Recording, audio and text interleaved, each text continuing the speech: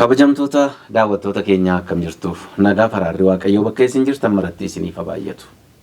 Torban darbee dhimma mallattoo isa ja'affaa waliin qorachaa turreerra. Mul'ata boqonnaa 6 lakkoofsa 12 kaasee isa jiru jechuukooti. Torbanoota darban keessatti waa'ee mallattoo torbaniiti kan nuyi waliin qorachaa jirru. Deemnee dhufne mallattoo isa torbaffaarra geenyeeti kan nuyi jirru guyyaarra. Torban darbe mallattoo isa ja'affaa keessatti keessumaa urjoonni waaqarraa akka harcaan jiini dhiigatti akka geddaramu aduun ifa ishee akka dhowwattu tulloonni akka iddoo gadhiisan mootonni akka raafaman fuula olichaa duraa eenyutu nu oolchuu danda'a dheekkamsaan dhufeera jedhanii badiisa ta'uusaa baranii warrumti lafaallee fuula waaqayyoo duraa kan isaan oolchuu tulluu nurratti jigaa akkasumallee holqa dhagaa keessatti nu golbooksi jedhanii yommuu isaan tullootaa fi wantoota garaagaraa kadhatan waliin ilaalaa turreerra. Egaa har'a mallattoo isa xumuraati kan nuyi waliin ilaallu akkasumas cuunfaa mallattoolee torbaniiti kan nuyi waliin ilaallu jechuudha. Egaa akkuma beekamu namoota macaafa qulqulluu qoratanii keessumaa waaqayyoo isaan gargaaree yaada kana nu ibsu jedhamanii yaadaman mul'ata keessatti kan caafame dhoksaa guddaa kana waaqayyoo bara booddeetti waldaasaaf saba isaatiif keessumaa warra Kiristoositti amananii fi dhaga'anii badiisa ooluu akka qaban waan barbaaduuf waaqayyo dhoksaa dubbii isaatii nu ibsuu jaallateera. Maqaan waaqayyoo galateeffamu. Egaa akkuma beekamu namoota kana dura isiniif qabadhee dhiyaadhe qarras qabadhee dhiyaadheera isinuma waliinan baga nagaan dhuftan isaaniin jechuu barbaada baga nagaan dhuftanii maqaan waaqayyoo galateeffamu. Torbee sa'aatiin keenya ga'eeti kan nuyi gargar baane maarreega har'asii dhimmuma kanatti itti deebina. Mul'ata boqonnaa 6 lakkoofsa keessumaa 14 dubbiseen 14 15 16 dubbiseen achumaan mul'ata boqonnaa 8 keessaa lakkoofsa 1 dubbisa akkas jedha. Mul'atni boqonnaan 6 lakkoofsi 16 edda waan hundumaa dubbatee booddee edda waa'ee urjoonni akka harca'an kana ilaalleerra urjoonni yoom akka isaan harca'anii waliin ilaalleerra keessumaa Novemberii 18 bara 33 akka urjoonni akka bokkaatti akka ija arbuu coolligeetti akka isaan harca'an waliin ilaalleerra akkuma gooftaan keenya Yesuus Kiristoos dubbate Maatiyos boqonnaa 24 lakkoofsa 29 irratti sana booddee dhufni ilma namaa akka inni ta'u dubbateera. Biiftuun ifa ishee akka dhowwatte bara 1780 akka kun ta'e ensaayikiloopiidiyaa kitaabota beekamoo addunyaa irratti barraa'anii akka jiran waliin ilaalaa turreerra. Akkasuma bara urgufamni lafaa akka ta'e aduun jiinis dhiigatti akka geddaramte waliin ilaalleerra. Isaayyaas boqonnaa 34 lakkoofsa 4 Yoo'eel boqonnaa 2 keessatti bal'inaan waliin kaasnee ilaalaa turreerra gaa'e. Mee isa kana gaa wal qabsiifnee yaada sana hin cuunfin waan baanee fi irra deebinee ilaalla. Kana booddee mootonni lafaa kana irraa namoonni gurguddoonni abboonni duulaa sooreyyiin jajjaboonii garbichi birmadduun hundinuu holqa dhagaa keessa kattaa tullootaa gidduu hin dhokatanii jedha. Lakkoofsi 15 16 tullootaa fi kattaawwanis waammatanii nu irratti jigaa fuula teessoo isa teessoo irra taa'u dura dheekkamsa olichaa duraas nu dhoksaa jedhanii jedha. Lakkoofsa 17 guyyaan guddaan inni itti isaan kun dheekkaman dhufeera egaa eenyutu dura dhaabbachuu danda'a jedhee gaaffii qaba. Eenyutu dura dhaabbachuu danda'a? Anis gaaffii akkanan gaafachuu barbaada. Gara sanatti tun darbin mul'ata boqonnaa 8 dubbisa. Gidduutti mul'anni boqonnaan 7 gidduu galeera.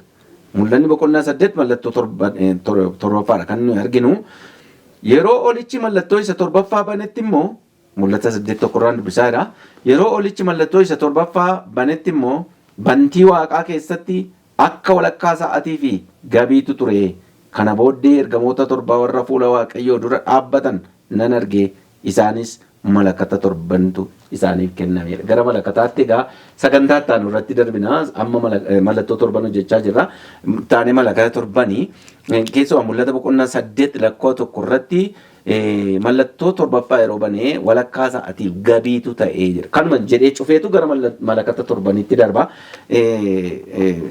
Gara kanatti tun darbin mee daawwattootuma keenya taanee waluma faana kadhannaa godhanna barsiisa kadhannaa nuuf godha. Guddaa si galateeffannaa jaallatamaadhaaf qulqullaa mana abbaa keenyaa nagaa waan nu laatteef jireenya waan nu laatteef maqaan kee bara baraan kan galateeffame haa ta'u. Sa'aatii kana immoo fuuldura keetti dhiyaanneerra ati waaqarraa hafuura qulqulluutiin gidduu keenyatti argami. Sagalee kee akka hubannuuf nu gargaari.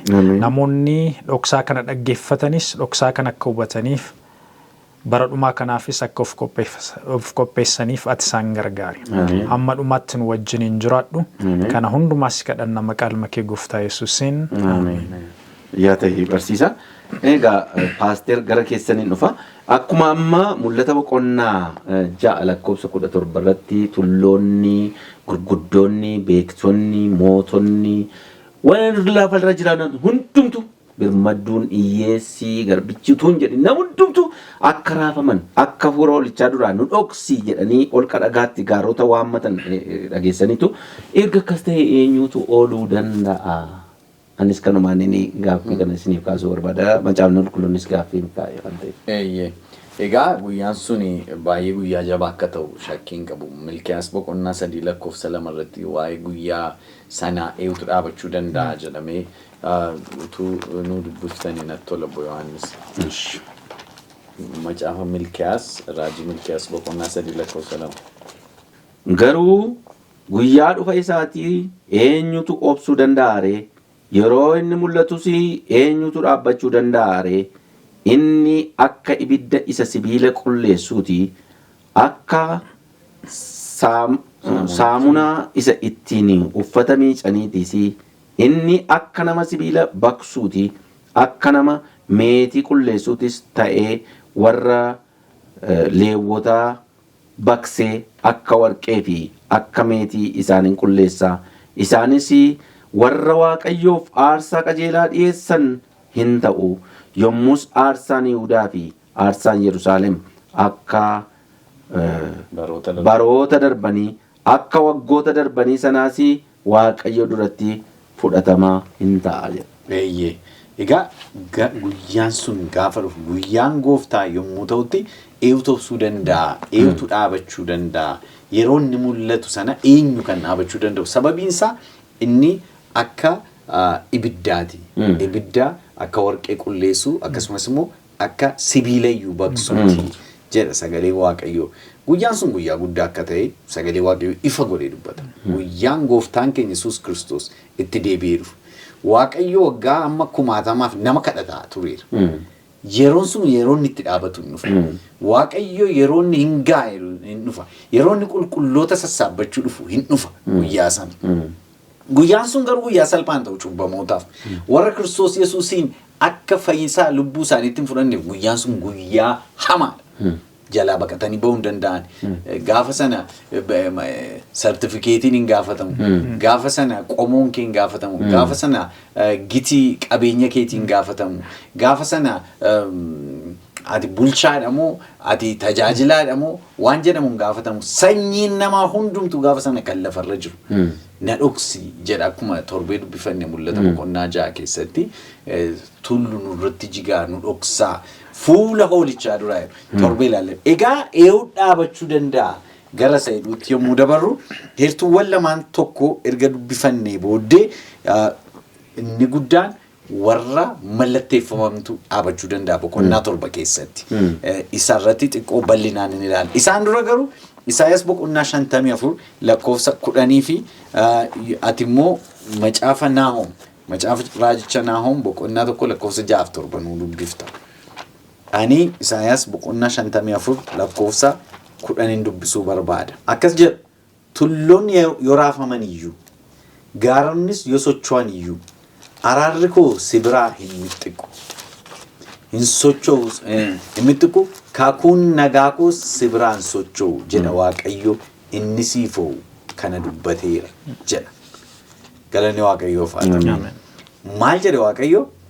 Tulloonni yoo raafaman iyyuu gaafa sana tullootatu raafama jedha. Garuu iddoo kanatti tulloonni yoo raafaman gaaronni yoo socho'an iyyuu gaafa sana gaaronni jijjigu maaloo nurratti jigaa jedhu warri cubbamuun. Garuu gaaronni yoo jijjigan iyyuu araarri koo si biraa hin mixxiqu yookiin si biraa hin socho'u jechuudha. Kakuun nagaa koos si biraa hin socho'u jedha. Waaqayyo inni siifoo kana dubbateera. Naahom tokko 6:7 moonuu dubbisi. Naahom boqonnaa tokko lakkoo 6:7 eekkamsa isaa duraa eenyutu dhaabbachuu danda'a? Aarii isaa isa sodaachisaa duraas eenyutu ijaajja? Eekkamsi isaa akka ibiddaan boba'a, kattaawwanis fuula isaa duraa hin caccabu. Lakkoofsa 7 Waaqayyo gaariidha, yeroo rakkinaattis iddoo baqaati, warra isaa amanataniis beekaa. Amen. So guyyaa sana eeyyuu dhaabachuu danda'a. Sababiin isaa guyyaa gooftaan keenya Yesuus Kiristoos mul'atu guutummaadhumti sirni dachee kuni akka calii sirbiti jedhas. Iddoo gadhiisa waan hundumtu. Soolaar siistamiin iddoo gadhiisa. Lafti wanti qabatanii dhaabatanii jiru gaafa sana. Garuudha Waaqayyo gaariidha. Warra isa amanatan immoo iddoo baqaatiis hin beekas immoo. Isaaniif garuu warra Yesuus Kiristoos amananiif gaafa sana isaaniif guyyaa gammachuuti. Isaaniif guyyaan nuyi abdiitiin eegaa turre isa kana gooftaan keenya inni nu eeggataa turre hin dhufe jedhanii ililleen guyyaa isaan simatanidha.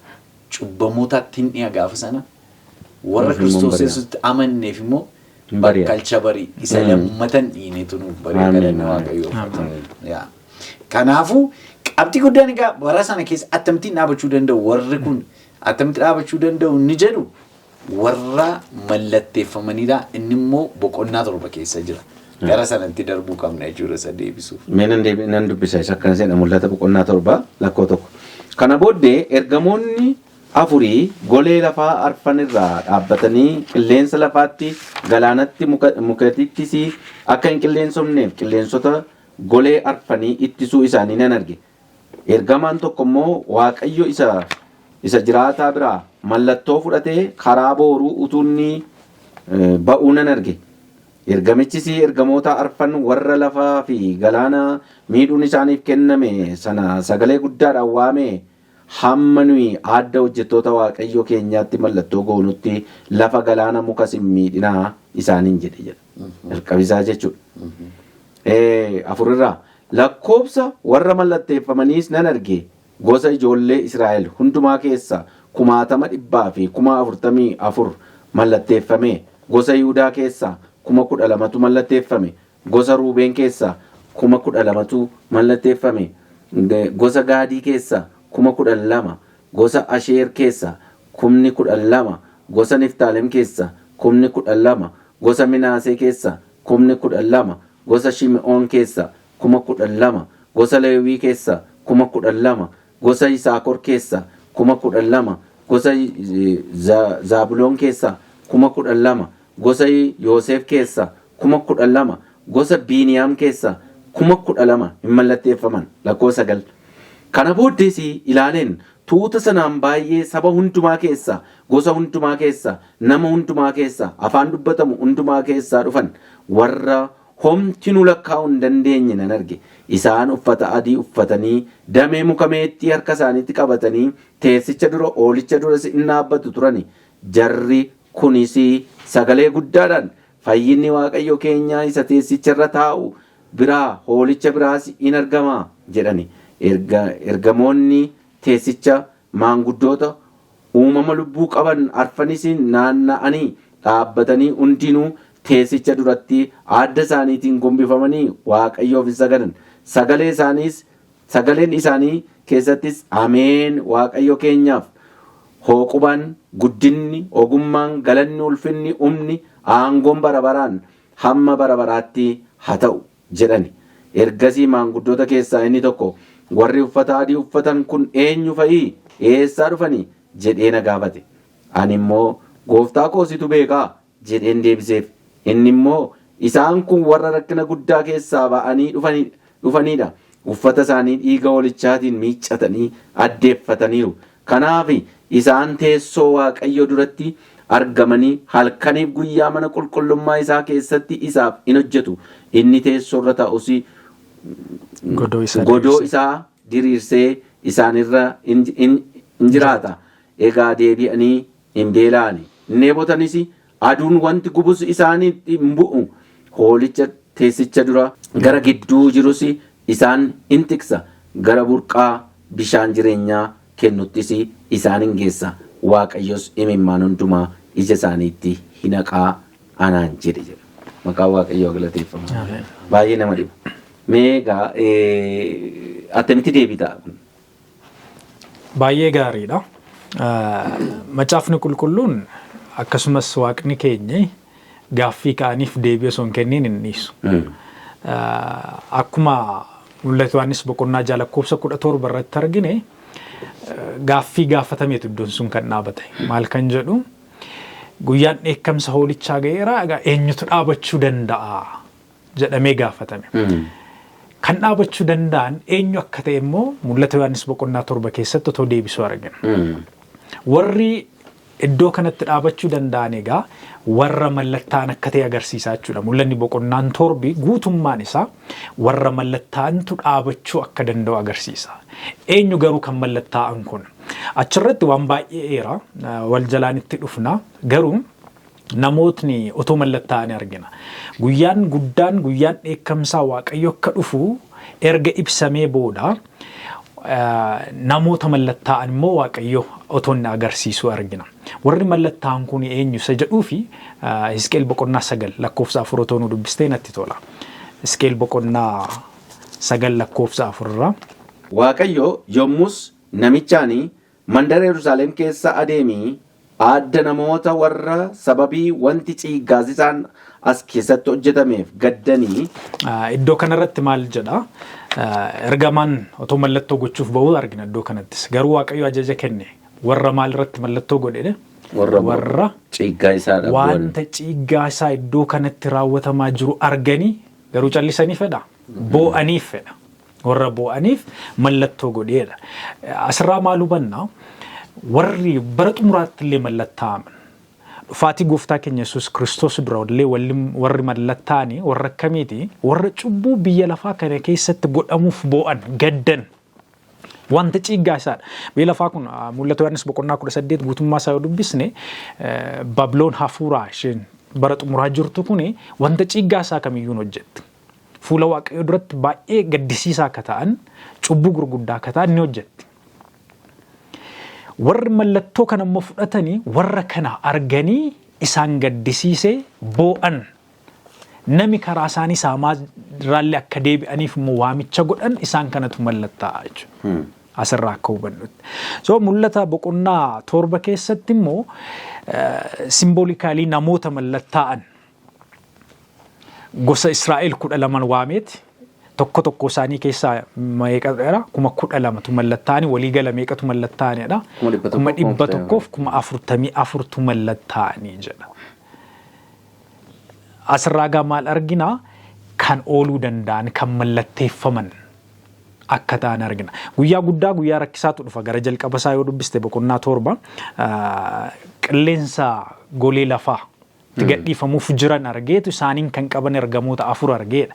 Isaan akka hin gadhiifamneef qilleensonni sun maal godhee hamma nuti adda hojjettoota Waaqayyootti jedhamite adda hojjettoota Waaqayyootti mallattoo goonutti hin gadhiisinedha. Maayinni qilleensi sun jeequmsuma guddaa biyya lafaatti dhufuuf jirudha. Qilleensi macaafa qulqulluu keessatti waan baay'een ibsameera. Iddoo tokkotti waraanaan ibsameera. Rakkina hokkara jeequmsa. Isa kanaan ibsameera. So biyya lafaa kanatti maaltu eeggata? Qilleensa hamaa, lola guddaa, rakkina hamaa, dha'icha guddaa akka eeggatu agarsiisa. So isaan kun osoo dhufiin fuuldura garuu namoonni cubbuuf gaddanii boo'an mallattaa'uu qabu. Sababni isaa oolfamuu qabu. Dha'icha dhufu jalaa, badiisa dhufu jalaa, biyya lafaatti waan dhufu jalaa oolfamuu qabu. Isaan immoo adda baafamuu qabu warra oolfaman. Yaadattuu yoo ta'eef macaafa qulqulluu keessatti yommuu Waaqayyo saba Israa'eliin biyya Misrii baase. Dha'ichaan rukutee ture miti. Fariyoon hin gadhiisu jennaan dha'ichaan rukutee saba isaa immoo akka isaan dha'icha ispeeshaalii isa kurnaffaa sanaan rukutamneef maal godhee balbala isaan irratti milikkita akka godhatan. Milikkita maali? Milikkita dhiigaa akka isaan godhatan. Ergamaan ajjeesuudhaaf dhufu milikkita sana yoo arge maal godha? Bira darba ture.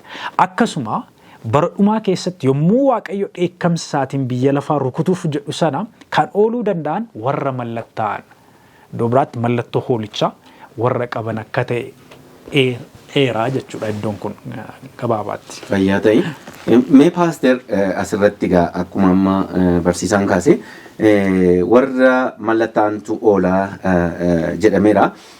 macaafni qulqulluunis kanuma jedha. Eenyutu ooluu danda'a jennani kaase Yohaannis eenyu akka ooluu danda'u tokko tokkoon warra hojjettoota illee ta'anii sababa hojjetaniif qorsuu hin taane mallattaa'uu qabu hojjettoonni. Hojjettoota yeroo inni waaqayyoof warra hojjetan waaqa dura warra deddeebi'an hundumtuu mallattaa'utu isaa irra jira. Warra mallattaa'an kana yommuu kaasu immoo qomoo Israa'el 12 kaaseetu 12,000tu mallattaa'e jedheetu walitti hidhee 144 ka'a. Baay'inuma nama mallattaa'ee fayyuuti dachee kanarraa moo kanallee namoota keenya daawwattoota keenyatti gaaffii akka hin taanee fi dhimma sana nuu kaastu. Inni kan biraanii lakkoofsa 9 irratti immoo suuraan lakkaa'amuu kan hin dandeenye baay'ee iji namaa kan lakkaa'ee bira ga'uu hin dandeenye yaadi namaa kee hin jirre uffannaa adaadii uffatanii damee meexxii qabatanii suuranii ba'anii arge isaan kun eessaa dhufan jedhee na gaafnaan yaa gooftaasitu beekan jedhe isaan kun lafa isaan dhufan hin beektu hin beeku jennaani dhiiga walichaatiin rakkina guddaa keessa dhufanii dhiiga walichaatiin uffata isaanii warra miiccatanidha. Already miiccatanii darbaniiru jechuudha jarri kun. Sana booddee namni fayyu hin jiru jechuudha. Harri already paastiidhaan fayyada warra miiccatedha. Already fixaniiru jechuudha. Kanaaf dhufaatii gooftaa keenya Yesuus Kiristoos irratti namuma kana dura gooftaa Yesuusitti amaneetu fayya malee dhufaatii isaa irratti namni amane fayyuu hin danda'u. Edda yeroon darbee jechuudha. Itti guyyaa waan ta'eef. Yeroo sana darbeera. Darbeera. Kanaafuu dhimma kana wal qabsiisaati yaada amman lamaan kana kaase irratti mee ibsa nuu kenna. Keessumaa gaaffii daawwattoota keenyatti waan ta'eef. Tole gaaffii gaariidha. Warri gosa ijoollee Israa'el 12 keessaa 12,000 mallatteeffamanii 144 kan ta'e kuni maal agarsiisa? Nama 144 qofa fayyaa yoo jedhame sana qofa miti. Garuu kuni mallattoo fakkeenya lakkoofsa fakkeenyaati kun 144 kuni lakkoofsa fakkeenyaa saba waaqayyoo addumaan bara dhumaa keessa bara ari'annaasa hamaa keessa bara biyyi lafaa guutummaadhumatti sababiin rakkoo lafa kanarra jiru hundumtuu kiristaanota warra sagalee waaqayyoo hordofan kana bara jedhamu sana keessa warra jabaatanii ayyaana waaqayyootiin mallatteeffamanii dhaabatanii. Waa'ee mallattoo yommuu yaannu waaqayyoo saba isaan mallatteessa, seexannis saba isaan mallatteessa. Seexanni maaliin mallatteessa? Akkuma beeknu boqonnaa 13 keessatti mallattoo bineensichaa warri fudhatan jiru. Adda isaaniif harka isaanii irratti fudhatu. Warri kun immoo adda isaanii irratti amma mallatteessinutti qabaa qilleensa sana jedhamani isaan kunis adda isaanii irratti mallatteeffamu. Kana jechuun namoonni baay'een yeroo baay'ee hin dubbatama kuni wanta kaardiin namaa kennamu yookiin mallattoon waa addan irratti akkasii godhamutti namoonni ilaalan jiru. Sana miti dubbiin isaa maali? Sabni waa'ee amalaati mallatteeffamu. Amala Kiristoos Yesuusiin kan fudhate akka sagalee waaqayyootti namni jiraatu jaalala waaqayyoon namni deddeebi'u mallattoo waaqayyoo fudhata jechuudha. Amma dhumaatti dhugaa waaqayyootiif namni dhaabatu suni mallattoo waaqayyoon mallatteeffama jechuudha. Warri kaan immoo warri seexana hordofan immoo mallattoo seexanaatiin mallatteeffamu jechuudha. Kan waaqayyo warri ta'an hin beekamu jechuudha. Garuu ijoollee Israa'el namoonni tokko tokko immoo ijoollee Israa'el duwwaa ilaallata kuni nun ilaallatu kan jedhan jiru. Miti kuni fakkeenya jenneerra. Akka inni ijoollee Israa'el hin ilaallanne kan agarsiisu maali? Tokkoffaan waa'ee bara dhumaa dubbata. Bara dhumaa ilaalchisee ijoolleen Israa'el gosni 12 suni har'a gosa 12 jiran. Gosa lamatu beekama. Gosa isaanii Yihudii jedhamanii walitti makamanii beekamu. Garuu warri 10 suni gosni 10 akkuma beekamu bara jaarraa dhaloota Kiristoos Yesuus dura bara 722 keessa akka jiranitti mootummaan Asoor dhufee buqqisee biyya isaanii balleesseera. Deebi'anii iddootti hin deebine isaan. Kanaafuu warra sana yoo dhani eessatti argamanii mallatteeffamu isaan hin jiran. Kan biraan immoo mallattoon kan jiru maali? Gosa sararaman kana keessa warra 12 sana keessa kan si ajaa'ibu gosni Daanii fi gosni Efreem hin jiran. Keessa hin jiran. Istu Israa'el ta'e immoo isaan sun. Isaan sun silaa keessa galuu qabu. Gosa 12 sana utuu ta'e isaanis keessa galuu qabu turan. Garuu warri kun lamaanii maaliin beekamu sitti fakkaate gosni Daanii fi gosi Efreemi macaafa qulqulluutti yoo ilaalle macaafa qulqulluu keessatti warra waaqolii tolfamoo duukaa bu'an the apostates warra waaqayyoon hordofurraa deebi'anitti beekamu. Efreemii waaqa tolfamaarra deebi'uu dide. Daan immoo namoota walitti naqa. Waaqa tolfamaanis naannoo isaaniitti tolchamee yeroo inni itti waaqeffatamaa tures jira. Kanaafuu apostates yookiin warra waaqayyoorraa galagalan gantoota jedhamanii beekamu. So isaan keessatti makamu. Garuu warri kun lamaanii maaliin beekamu sitti fakkaate gosni Daaniif gosi Efreemii macaafa qulqulluutti yoo ilaalle macaafa qulqulluu keessatti warra waaqolii tolfamoo duukaa bu'an the apostates warra waaqayyoon hordofurraa deebi'anitti beekamu. Efreemii waaqa tolfamaarra deebi'uu dide. Daan immoo namoota walitti naqa. Waaqa tolfamaanis naannoo isaaniitti tolchamee yeroo inni itti waaqeffatamaa tures jira. Kanaafuu apostates yookiin warra waaqayyoorraa galagalan gantoota jedhamanii beekamu. So isaan keessatti makamu. Ijoollee Israa'el warra maqaan isaanii lakkaa'ame gosa sana keessatti makamu. Lammaffaa immoo ijoollee Israa'el roobin Israa'el qaba. Roobin irraa jalqaba. Inni kun immoo Yihudaarraa jalqaba.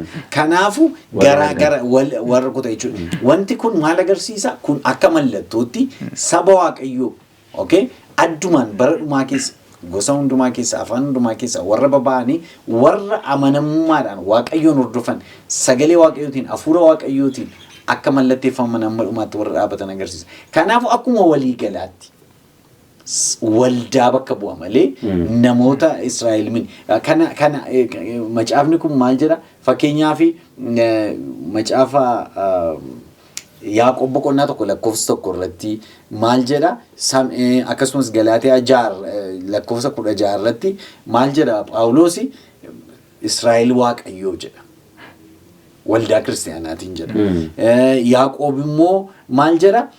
Warri gosni Israa'el 12 gosni 12 facaatanii jirtaniif jedha. Gosa 12 kiristaanotaaf barreessa garuu. Kanaafuu saba Israa'el jechuu isaati akkuma walii galaatti. Jechuun waldaa kiristaanaa jechuu isaati akkuma walii galaatti. Kanaafuu waa'ee saba waaqayyoo waldaa waaqayyoo ilaallata malee ijoollee Israa'el miti jechuu fedheen. Waa'ee warra wayyaa adii uffatanii barsiisaan itti buufate. Baay'ee gaariidha. Iddoon kun iddoo yeroo baay'ee gaaffii hedduullee kaasudha. Akkuma waldaa keenyaattis ta'e akkuma waldoota biroottis iddoo gaaffii kaasudha. Garuu wanta baay'ee barbaachisaan maali isa jedhudha. Namoonni tokko lakkoofsa kana literaliidha yookiis qabatamaadha ka jedhan jiru, simboolikaaliidha ka jedhan jiru. Guutuu jiraati dafaa qottaa gara waldaa keenya makamaa kan jedhan. Waan fedhellaa ta'u garuu kan fayyan sana qofa akka hin taane macaafni qulqulluun keenya ifaadha. Sababni isaa lakkoofsa galarratti maal jedha? Homtinuu lakkaa'uu kan dandeenye otoo fuula hoolichaa dhaabatanii nan argeedha. So kan fayyan isaan qofa miti. Garuu maalinni isaan kun spiritual Israel baradhumatti spiritual Israel hafuura akka jedhaman warra waaqayyoon amanatanidha. Macaafuma qulqulluu kakuu haaraa iddoo baay'ee keessatti yoo dubbiste warri amantii Abrahaam qaban ijoollee Abrahaamii akka abdiittis isaan maalidha? Dhaaltotaadha. Yihuudii ta'uun Yihuudii isaa sanyiidhaan dhufu sana isa mitiidha. Namni waaqayyoon Kiristoos already erga biyya lafaa dhufe maal godhedha? Girgiddaa sana diigeera dhabde. Yihudii Giriikii jechuun hin jirudha. Kan waaqayyotti amane hundinuu hin fayya ijoollee Abrahaam akka abdiittis dhaaltotadha. So iddoo kanarratti kan arginu fakkeenyaan saba Israa'elitti fakkeesse garuu gosa kamiyyuu ta'uu danda'u. Gosa garaagaraa ta'uu danda'a. Oromoo ta'uu danda'a. Amaara ta'uu danda'a. Gambeellaa ta'uu danda'a. Warra Kaawukosoidii ta'uu danda'a. Warra Mongoloidii ta'uu danda'a. Kamiyyuu ta'uu danda'a kan waaqayyoon amanee akka fayyan dubbata. Garuu isaan kun amala isaaniitu barbaachisa. Iddoo biraatti ibsamaniiru. Mul'atu Yohaannis boqonnaa 14 keessatti illee warri 144 kun ibsamaniiru. Achitti akkamittiin ibsamanii yoo dubbisne gaariidha. Amala sana qabaachuuf yoo yaalle gaarii natti fakkaata. Miyaa dubbisu. Mul'ata boqonnaa 14 lakkoofsa 4 kaaseen dubbisaa garuu garaagararraasaa lakkoofsa tokko irratti isaan eera warra 144 kana erga kaasee akka isaan faarfatan fuula hoolichaa dura dhaabatanii akka isaan waaqayyoon galateeffatan erga ibsee booda lakkoofsa 4 irratti maal jedha? Isaan kunedha. Warra dubartoota bira dhaquudhaaf of hin xureessinedha. Isaan qeerrota duudhaadha. Warra lafa hoolichi dhaqu hundumaatti isa duukaa bu'an isaan kana. Isaan kun warra sanyii namaa keessaa Argitanii? Isaan kun warra sanyii namaa keessaa Waaqayyoof hoolichaaf furaman warra jalqabaate. Sanyii namaa keessaa jechuun maal jechuudha? Gara irratti waa'ee isaan lakkoofsa tokko irratti waa'ee saanumaan jedhaadha. Warra sanyii namaa keessaadha. Sanyii namaa iddoo kanatti hin qoonne. Qomoo sanyii afaan hundumaa jechuudha. Achitti mallattoodhaan ibsame malee boqonnaa 7 keessatti jechuudha. So amma wanti barbaachisu maalidha? Lakkoofsuun liiteraaliidha, simboolikaaliidha jechuu osoo hin taane amala sana nan qabaa hin qabu jechuudha. Amalli isaanii maali? Tokko warra sobni afaan isaaniitti hin baane jarri kun. Warra sobni afaan isaaniitti hin baane. Waan dhugaa qofa ka dubbatan. Warra qeerrota duudhaadha. Warra dubartoota wajjin hin ejjine. Macaafa qulqulluu keessatti egaa dubartoonni lamatu jira. Waldaa dhugaaf waldaa sobaa, waldaa ishee ejjituu fi waldaa ishee abbaa manaa ishee jechuun Kiristoosiif amanamtee turte mul'ate Yohaannis boqonnaa 12 irratti heeramteetu jira. Isaan kun yeroo hundumaa barumsa sobaan osoo hin faalamin, barsiisa waldaa sobaa jechuun waldaa Baabiloon osoo hin faalamin warra dhaabatan akka ta'an.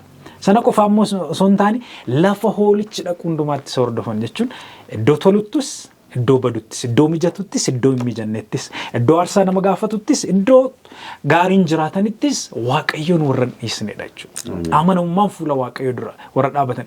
Namoonni kun cubbuu hojjetanii hin beekanii? Hojjetanii beeku. Garuu maal godhan? Dhiiga hoolichaan uffata isaanii warra dhiqatan jedha. Boqonnaa 7 keessatti immoo jechuudha. So namoota qullaan, namoota ayyaanni Waaqayyoo, qajeelummaan Waaqayyoo isaan fayyisedha namoonni kun. So namni maal dhama'uu qaba jechuudha. Maal yaaduu qaba? Ani isaan keessa nan taa'e yeroon sun yoo na qaqqabe utuun lubbuun jiru Kiristoosiin arga yoo ta'e amala sana qabaaye hin sobuuyi hin hatuuyi wanta faallaa Waaqayyoof macaafa qulqulluu standard of morality abboommi kurnan warra taa'anii ala hin jiru jedhee of gaafachuu qaba. Sanatu baay'ee barbaachisaa. Yoo cubbuu immoo qabaanne akkuma isaanii dhiiga hoolichaan dhiqachuun baay'ee barbaachisaadha kan jedhu. Yaa fayyaa ta'ii paaster mee asirratti akkuma amma barsiisaanis kaasanii turtanii Israa'elii jechumti Israa'el jedhu kan moo'e jechuudha. Kan moo'e jechuudha. Amma inni kun isa sanyii miti isa moo'edha. Yaadattuu ta'e waa'ee waldoota torban yeroo hojjenne kan moo'e uffata adiin uffata kan moo'e macaafa jireenyaa keessatti maqaan isaa hin caafama kan moo'e gonfoo argata jedha. Si'a torba jechuudha deebi'ee kan moo'e jechuun Israa'el jechuudha malee asitti Israa'el isa sanyii miti kan moo'e jechuudha. Maal moo'a? Namni amala isaa moo'a. Namni akka ta'e amma kaastee of moo'uu qaba. Namni yeroo baay'ee waa'ee moo'ichaa waa'ee malaa yeroo kaasnu waa'ee kan bakkeeti kan nu yaadnu. Garuu namni isa jalqabaa of moo'uudha. Namni of moo'e addunyaa moo'uun ittiin jiru. Kanaafuu kan moo'e kan jedhame kun Israa'el. Namni tokko immoo Israa'el moo'e jedhamee waamamuu fi waa sadii kee darbuun gaariidha. Natti fakkaata. Tokko gooftaa Yesuus Kiristoos ta'uu. Karaa moo'ichaa kana. Lama cuubamuudha. Sadaffaa isa kaa'amneef hojii Waaqayyoo hojjechuudha. Maal egaa inni mul'ata boqonnaa 7 sun hojjettoota jedhe bara. Warra hin hojjenne jenne bara. Hojjettoota garboota Waaqayyooti. Warra gadhiisii warra hojii wangeelaa ala yookaan akka malee jiraatan jechaa jiru. Hojjettoota Waaqayyootti. Sababni isaa hojii murteessaadha jechuudha. Hojjechuun hojjetaa Waaqayyoo ta'uu murteessaadha. Garboota Waaqayyoo ta'uun hojjetaa Waaqayyoo yeroo inni qacaramanii hojjechuu duwwaa jechuu miti. Hojii wangeelaa amma nuuf ife inni kaan horiidhaan hojjeta. Inni kaan qabeenya isaatiin hojjeta. Inni kaan humna isaatiin hojjeta. Inni kaan ogummaa isaatiin hojjeta. Inni kaan Waaqayyoo kallattii nu kenne qaba kennaa. Kennaa sana namoonni humna hojjetanii warra mallatta'anidha. Egaa isa kana irratti namoota baay'ee gaaffii kaasuun barbaachisu jechuu barbaadeen. 1,144 kan jennu kun simboliidha. Akkuma isin kaaftanii bakka bu'eedha. Bakka bu'ee kanaan immoo waan biraati kan inni ibsaa jiru. Namoonni tokko tokko gaa maal jedhu paaster kana isiniif kaasuuf jedheeni namoonni tokko tokko isuma mul'ata boqonnaa 7 lakkoofsa 9 olitti fe'e. Warruma iji namaa lakkaa'uu hin dandeenyedha. Warrumti 1,144 sunii jedhu. Bifuma biraan gajjallaatti fe'e malee isumaadha. Yommuu liitiraaliidha jennee keenye mul'ata boqonnaa 14 lakkoofsa 4 irratti kan dubartoota ajin hin jiisinedha. warri fuudhan keenya jira jechuudha. Anis isinis akkas jedhamee literaal jechuun dandeenyu dogoggora cimaa kee gallaa wangeelas dogoggora goona jechuudha. Of eeggannaa barbaada. Akkasitti literaal jennaan hunduma isaan literaalii ta'a waan ta'eef. Waama lafarraa lakkoofsichumti qabatamaa lafarraa yoo goone. Qabatamaa lafarraa yoo goone waama qabatamaa goone jechoonni achi keessa qabatamaa ta'uu qaba. Kanaaf dogoggora nu geessa. Amma takkaa namni hin sobnee hin jiru. Lafarra hin jiru. Hin sobnee ati bilbilaan lafa akkasii hin jira jettee dogoggora ijoollummaa kaatee hin sobne. Inni kan biraan hin fuune. Namni fuudhee ijoollee godhachuun eebba miti. Asitti immoo nama dubartii jinsi luma hin ciifne jira. Akkas jechuu miti. Kun kan hin ejjine jechuun ejja santiimni kan naasaa ejja furaati. Kan waldaa dhugaa dogoggoraa doktiriinii sobaa wangeelarraa warra kaate warra amantii sobaa kana babal'isu keessatti warra hirmaanne jechuudha. Akka dhugaatti kan dubbatan jechuudha. Akka Isaayaas boqonnaa 8:20. Warra dhugaa kanaaf bari akka dubbii kanaatti hin dubbanne bariin hin bari'u. Ifin laatu waaqayyoo isa jedhu jechuudha. Kanaaf akka sanatti hubachuun nurra jira malee haala dogoggoraatiin keessa kaa'uu dandeenyu namoonni baay'een akka sila kaasee ture kunoo 140 guutuuf jedha dabaa jedhanii amantii adda addaa waldaa adda addaa bananii kan akka gochaa jiran baay'eedha. Kun immoo dogoggoraa jechuudha. Namoonni keenya daawwattoonni namoonni wangeela kana dubbisanii dogoggora akkasii keessa galuu hin qaban.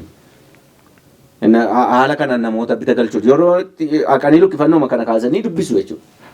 Garuu yaadi kan biraan immoo kan jedhu namoonni wangeela kana qoratanii isuma boqonnaa 9 irratti Yohaannisiin ilaali namoota damee meexxii qabatan kana lakkaa'amuu kan hin dandeenye baay'oota kana beektaa jennaan hin beeku jennaan eessaa dhufanii beektaa jennaan hin beeku jennaan rakkina guddaa keessaa dhufanii uffata walichaatiin dhiiga walichaatiin uffannaa isaanii miiccataniiru jarri kuni warra fayyaniidha jennaan dhumarratti iyyuu maa jedhe tikseen hoolotaa isaan gidduu deemee tiksa isaan gidduu buufataa jedhe. Mee kanarratti yaada nuu kennaatii paaster sa'aatiin keenyas deemaa waan jiruu fi gara cuunfuutti dhufna gara mul'ata boqonnaa 8 seenne. Egaa akka tokko isuma gararraatti kaa'ametu ibsame warra jedhanii fi maaliif waaqayyo callumedhe akkasittiin waan tokko callumedhe irra deddeebiitiin wanta hiikaa hin qabne hin kaa'u waaqayyo jalqaba. Sababaaf tokkoon barreeffamu kana sababa gaa waan qabuuf ergaa dabarsu waan qabuuf akkuma argine warri 144 suni qilleensonni golee arfanii sun utuu hin gadhiifamin dura warra mallatteeffamanidha. Garuu gadhiifamuuf jedhu jechuudha. Warri kaan garuu warga jallaatti lakkoofsi isaanii lakkaa'amuu hin dandeenye kun garuu sanyii namaati. Sanyii namaa keessaa bara Abeelii qabe warra Kiristoos Yesuusitti amananii fayyan warra du'ee ka'e warra Yesuus Kiristoositti amananii fayyan hundumti isaanii seexanni gidiraa garaagaraa isaan irraan ga'e gidiraa garaagaraa keessa darbani wayyaa adii uffachuun isaanii maal agarsiisa amala Kiristoosiin ayyaana Kiristoosiin uffachuu isaanii Yesuusitti amananii fayyuu isaanii garuu dhiiga isaatiin cubbuun isaanii dhiqamuufiisaa agarsiisa. Garuu Kiristoos Yesuusiin warra fakkaatan gidiraa biyya lafaa keessa immoo warra darban akka ta'an agarra jechuudha warri kun jechuudha. Kanaafuu isaanii yeroo sana oolichaa wajjin jiraatu oolichi isaan gidduu buufata imimmaan isaanii isaan irraa qa'a. Gaafa sana argite warra akka fakkeenyaatti itti agarsiisa malee hunda ilmaan namaa biyya lafaarraa fayyan hundumaa dhugumayyuu akka inni jedhe eenyullee lakkaa'uu kan hin dandeenye. Iddoo kan biraattis hin dubbata akka maaliin akka cirracha galaana biraan waan jedhu namni yoo garba arge duwwaadha yookiin yoo galaana isa guddaa arge duwwaa galaana maaliif naannoo keenya hin jiru waan akkasii. Inni sun garuu lakkoof deebituu hin dandeessu akka daakuuti jiraachisuun lakkaa'uuf baay'ee rakkisaa. Meeqa immoo asii ka'ee kiiloomeetira hedduu kuma meeqa deema eegutu lakkaa'uus danda'a hamma sana baay'eetu waaqayyo saba hundumaa keessaa gosa hundumaa keessaa qomoo hundumaa keessaa namoonni ni fayyise warri Yesuusitti amanan guyyaa sana fuula waaqayyoo dhaabachuuf jiru jechuudha. Meeqa 8 darba mul'ata boqonnaa 8 lakkoo tokko Yeroo oolichi mallattoo isa torbaffaa banetti immoo bantii waaqaa keessatti akka walakkaa sa'aatiif gabiitu ture jedha. Mee kana yaada nuuf kenna. Baay'ee gaariidha. Iddoon kun iddoo baay'ee falmisiisaadha.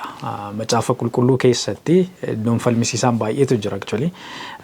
Garuu inni mul'ata boqonnaa 8 lakkoofsa 1 irra jiru kuni namoonni baay'een yaada garaa garaati kan isaan kaasanii.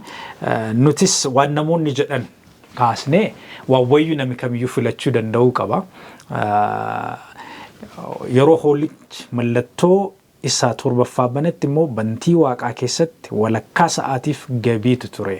Ingiliffaan silence jedha gabii jedhu kana callisuutu ture. Tutureedha. Maan egaa kuni mallattoonni jaaffaan erga xumuramee isa torbaffaa irratti waan ta'aa jirudha. Yeroo kana immoo maaltu ta'e callisuutu ta'e. Callisuun kun maaliidha wanti guddaan? Maaliifis callisuun kun ta'eedha? So yaadota jiran iskoolaroonni macaafa qulqulluu qoratan yaadota garaa garaa kaasu. Muraasa isaanii kaasuun baay'ee gaarii natti fakkaata. Tokkoffaan callisuu kana namoonni maal jedhanii ibsu yeroo kun yeroo xumuraa waan ta'eef yeroo itti Waaqayyo dhufu gooftaan keenya Yesuus Kiristoos samii gadhiisee gara biyya lafaa kanaa dhufe waan ta'eef samii keessa homtuu hin jiru.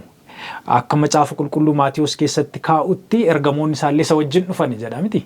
Isa wajjin dhufan waan jedhuufi Waaqayyo abbaa qofatu samii jira kanaaf callisuutu ta'ee achi keessa saganni hin jiru amma hundinuu gooftaa Yesuus duukaa gara biyya lafaa kanaa dhufaniiru kanaaf callisuun ta'ee jedhu gareen ta'e tokko. Gareen biraan immoo yeroon kun badisni inni sila jennu sun biyyi lafaa kun guutummaatti kan isheen baddu sochii lafaatiin mul'achuu gooftaa keenya Yesuus Kiristoosiin biyyi lafaa kun totally akka isheen distracted taatu baddu ibsa. Yeroo sanatti immoo maaltu ta'a? Du'i namoota umuun sanyii nama warra cubbuu hojjetanii biyya lafaa kana keessa jiranii waan ta'uuf kun Waaqayyoon ni gaddisiisa. Amma fe'illee gatii sababii cubbuu isaaniif badisni kun isaanitti dhufullee jireenya bara baraa dhabuu isaaniitiif sababii cubbuu isaaniitiif al tokkoof isa dhumaaf baduu isaaniitiif addumaan immoo du'aa ka'uu isa lammaffaaf kaa'amanii abiddi waaqarraa dhufe isaan waggaa 1,000 booda isaan fixu sana yoo arge samii keessatti gaddin ta'a gadda sanatu callisuu sana uume warra dhan jiru. Iskeel boqonnaa 33 lakkoofsa 11 irraa maal jedha? Waaqayyo baduu nama cubbamaatti hin gammadu namni akka deebi'u barbaada. Kanaaf maaliif baddu saba Israa'el jedhee gaafateera iddoo sanatti deebi'aa jedheera. So asitti garuu saboonni kun didanii waan badaniif badii sanatu gaddi uumeetu gadda sanatu callisuu sana fidee ka jedhan jiru. Kabiraan illee optionii biraan jira. Waan fedhe illee haa ta'u garuu waan hubachuu qabnu maalni callisuun ta'eera. We don't know. Akka nu toletti gadi fageenyaan ibsuun nutti ulfaachuu mala ta'a. Isa kana yookiin sana filanna jechuu dadhabna ta'a. Yaadonni biroon jiru. Paastariin garaallee itti nuuf kaasuu danda'u. Waa'ee callisuu kanaa jechuudha. Ka biroon jiraachuu malu optionii biraan. Haa ta'u garuu callisuun ta'eera wanta hubatamuu qabu sana. Maaliif akka ta'e garuu guyyaa tokko more clear nuuf ta'a. Ammaaf garuu yaadota jiran kana kan nuyi kaasuu dandeenyu jedhani gama koota. Paaster kan marratti yaadan odaawuudhaan. Egaa kun mallattoo isa xumuraati. Mallattoo isa torbaffaatu baname. Namatti hin tolu mallattoowwan kuni namni kan beekuu qabu gooftaan keenya Yesuus Kiristoos du'ee du'aa ka'ee samiitti erga ol ba'ee booddee taateewwan ardii kana irratti ta'an yeroodhaa gara yerootti tokko tokkoon Waaqayyo kan nutti mul'ise. Hamma yoomitti hamma qulqulloonni samii deemanitti wanta jiru agarsiisa jechuudha. Kanaafuu maaltu ta'ee jira amma mallattoonni jaaffaan xumurameera. Mallattoo isa jaaffaa keessatti maaltu ta'e akkuma sila dhufaatiin gooftaa ta'eera. Cubbamoonni badaniiru yerootiif atiriisa amma du'aa ka'uu isa lammataatti. Lafti sochooteetti jeequmsi guddaa keessa darbameera. Akkuma kanaan dura immoo jenne immoo warri fardeen irra ta'an immoo mallattoowwan tokko lama sadii arfan immoo darbaniiru. Deebiin saba Waaqayyoo immoo kennameera. Sabni Waaqayyoo mallattaa'eera. Kiristoos Yesuus deebi'ee dhufeera. Sana booddee wanta egaa kanatti taanee maaltu ta'a? Isa jedhamu sana gidduutti isa taanee ta'uu fi isa kana gidduutti gabii wayitu taa'e yookiin callisuu wayitu ta'a.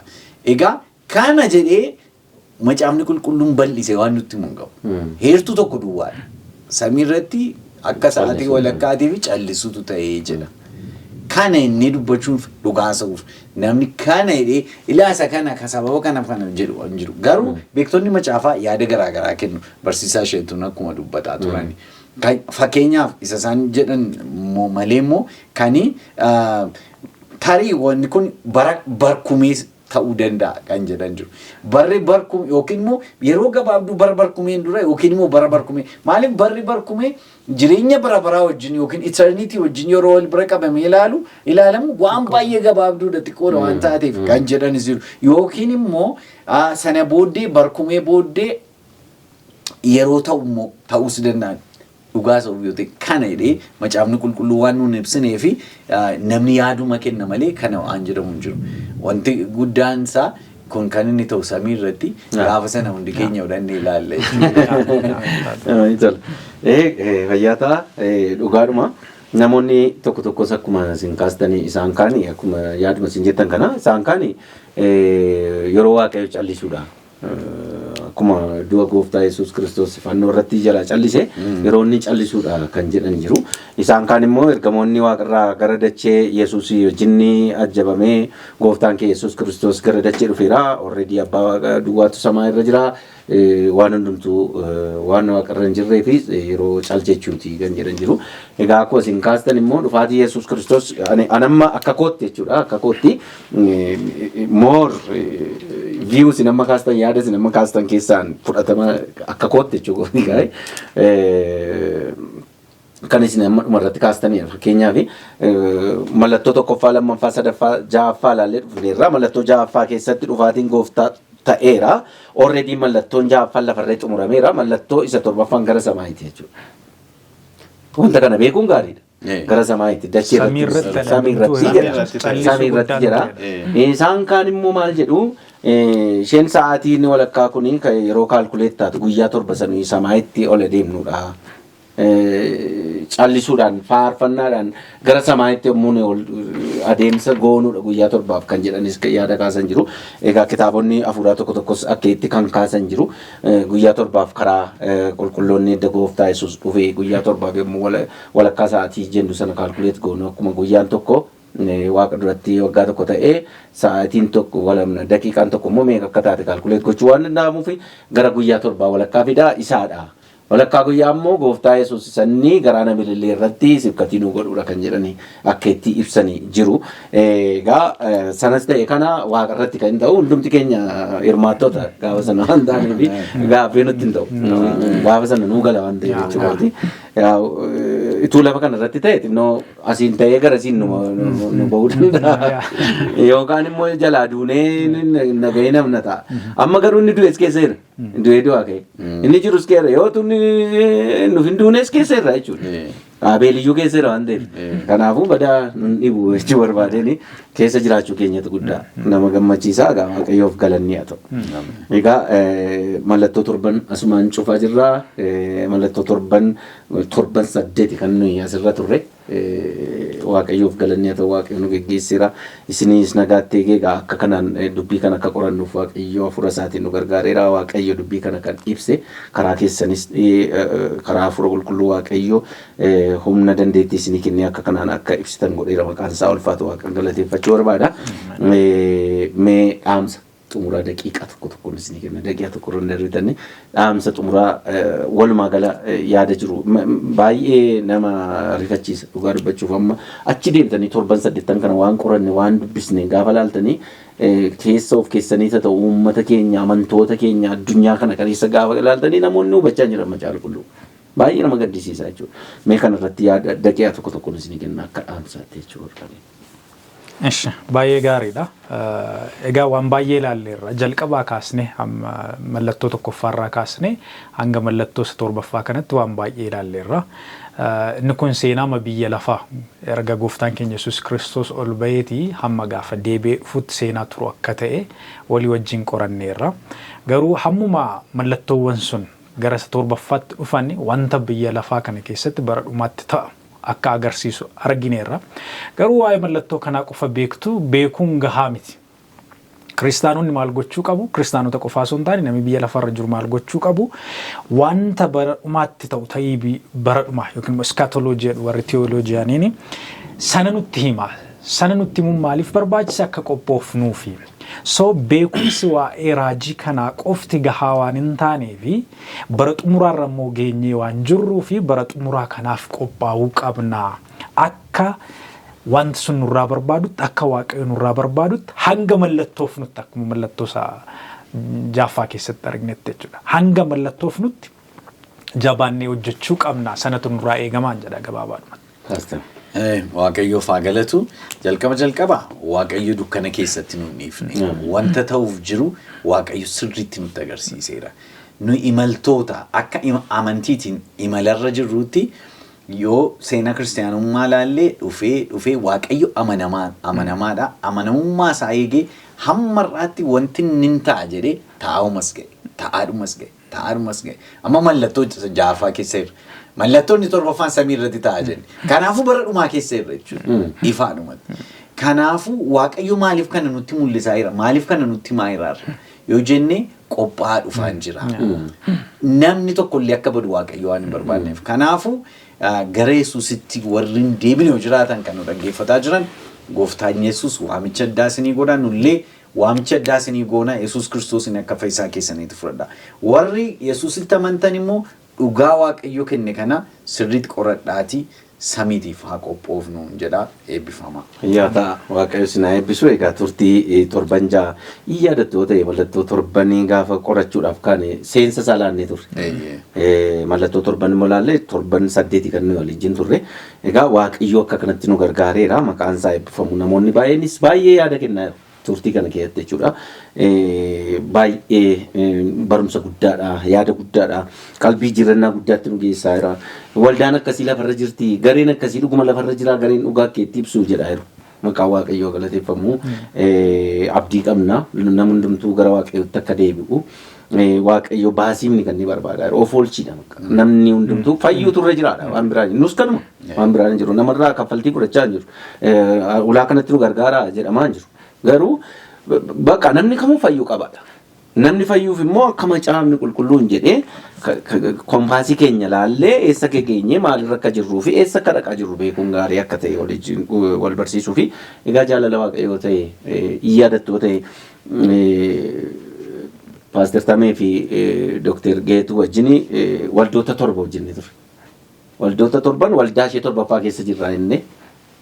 Amma immoo mallattoo torba itti fufne mallattoon inni tokko samaa irratti inni irraa mallattoo ja'a already gara dhumaatti dhufne mallattoo ja'affaa caafii irra jirra keessumaa lakkoofsa 14 irra jirra mul'ata boqonnaa 6:14 sana booddee dhufaatii Yesuus akka ta'e ilaalleerra. Egaa amma sattaan malakkata torban ilaalla jedheen yaada koo keessa jira.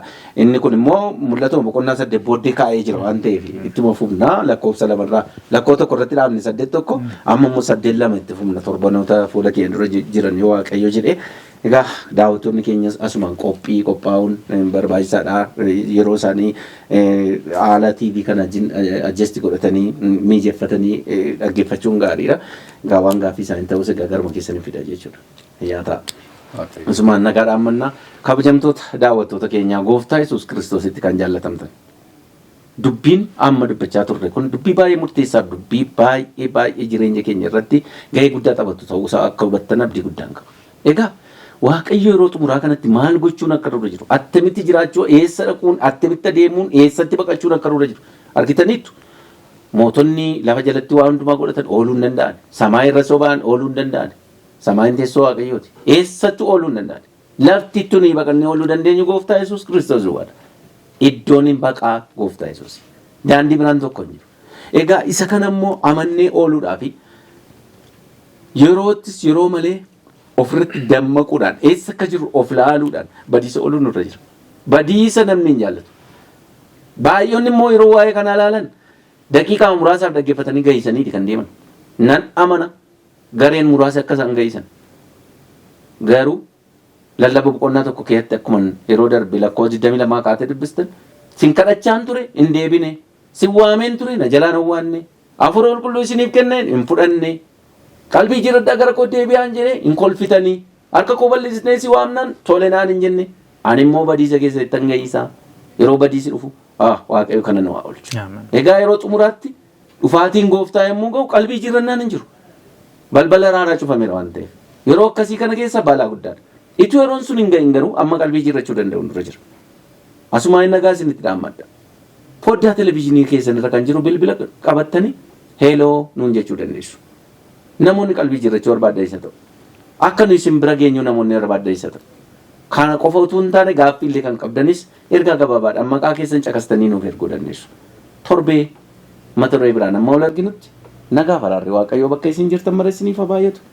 Nagaan nuuf turaa isin jenna nagaatti.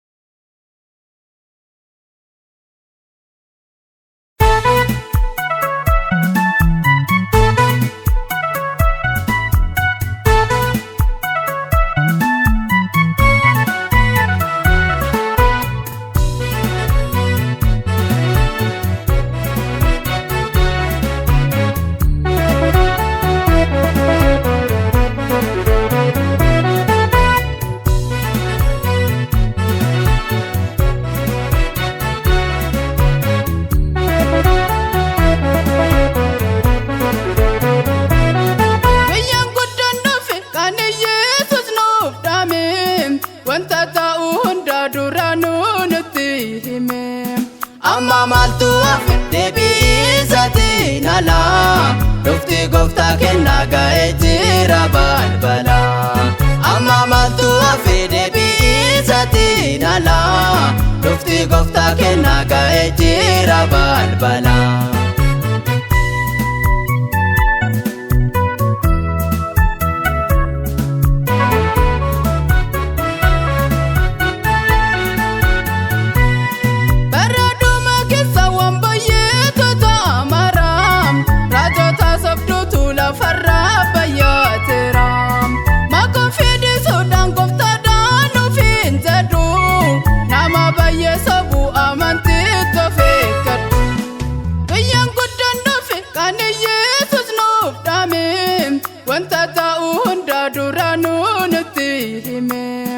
Amma maaltu hafe deebiisaatiin ala.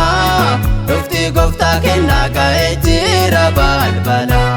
Amma maaltu hafe deebiisaatiin ala. Dhoksaa kennaa ga'ee jira balbala.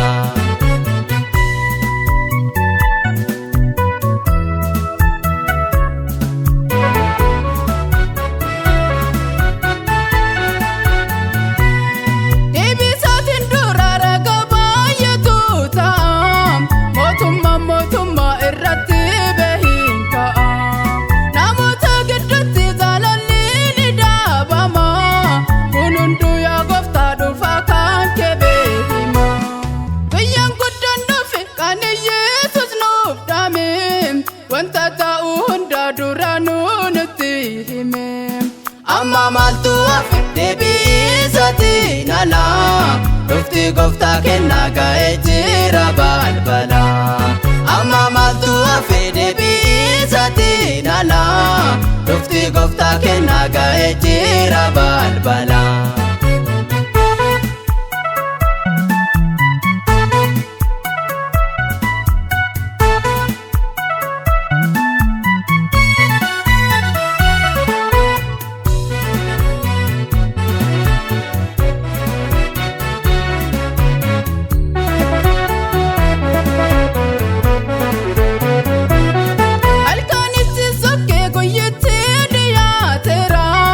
Mallattoo adda addaa isaan argine irra.